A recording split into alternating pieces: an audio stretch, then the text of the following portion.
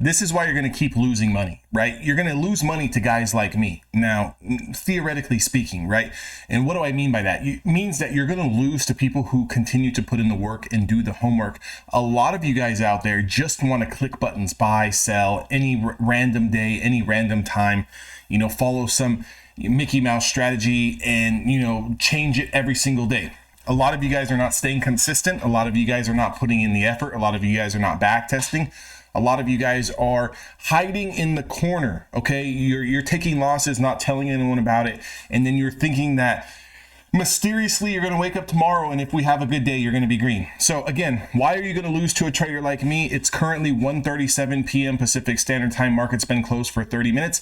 I've already done my back testing on my personal trades today. How many of you guys have gone back and actually looked at the trades as you've done? And even if you have done it already, how many of you guys actually made notes, right? How many of you guys actually made notes on what you did wrong, what you could do better, and what you need to work on? Was your position sizing okay? Meaning, did you have proper risk management?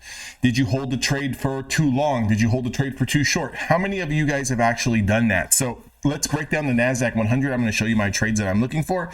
Again, the market was on a little bit of a dead cat bounce today. We liked what Jerome Powell said towards the end of the day, and we got that massive spike. But again, my trading day was done long before that.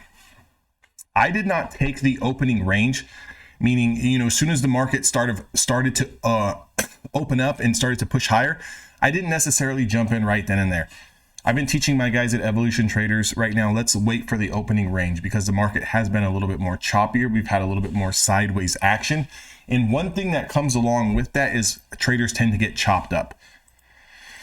So what I was looking for here was the opening range, which is the first hour candle, 14,580. I was looking for that to break. As soon as this candlestick broke here at 720, immediately I got in. Okay, immediately I got in and I took it for one micro contract, took $130 on it and took over 50 points on the move. Now, again, guys, if you guys have been following along my live streams, I'm going to get another $100,000 in funding from Apex, and I'm going to do it trading one micro contract.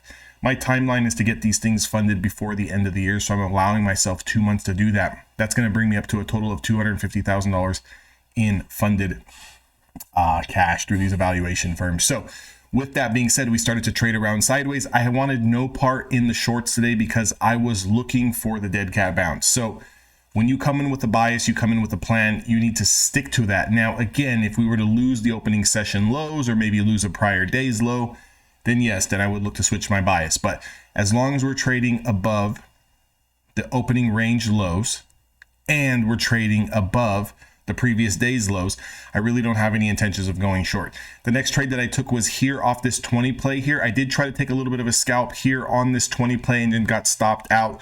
And then I got right back into the long setup here over this 14,604. Took this for a nice little run too. And then also coming out of that conference when the market really started to shoot up again, because I'm looking long, I understand where the current high of day is. I understand where the opening range is.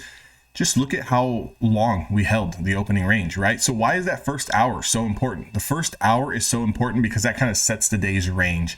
It's going to set the benchmark. Either we're going to get above it and hold that area and push higher, or we're going to put in that top and it's going to act as resistance and we're going to shoot lower.